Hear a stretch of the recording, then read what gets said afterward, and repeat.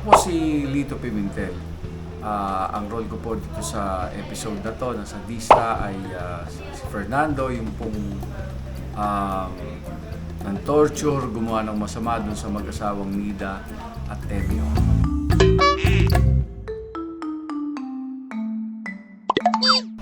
Yung paano namin torturein yung mag-asawa. That's it. Isa sa pinaka-challenging. And actually, yung ginawa ni Direk, lahat ng mga eksena namin is hindi siya ganun kadali. Hindi siya ganun kadali. Sige, tulungan mo! Tulungan mo! Abutin mo! Sinabing abutin mo! Abutin mo! Ha? Abutin mo! Abutin mo! Ha?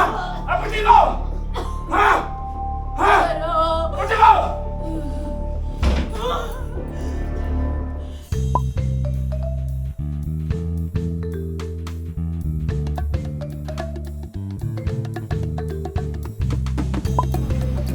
Siguro yung konting hampas-hampas.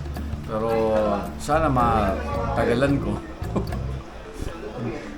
Okay, mga kapuso, dito po sa darating na Sabado, panoorin niyo po ito, 4 PM, dito po sa GMA, sa Dista, sa Wish Ko Lang.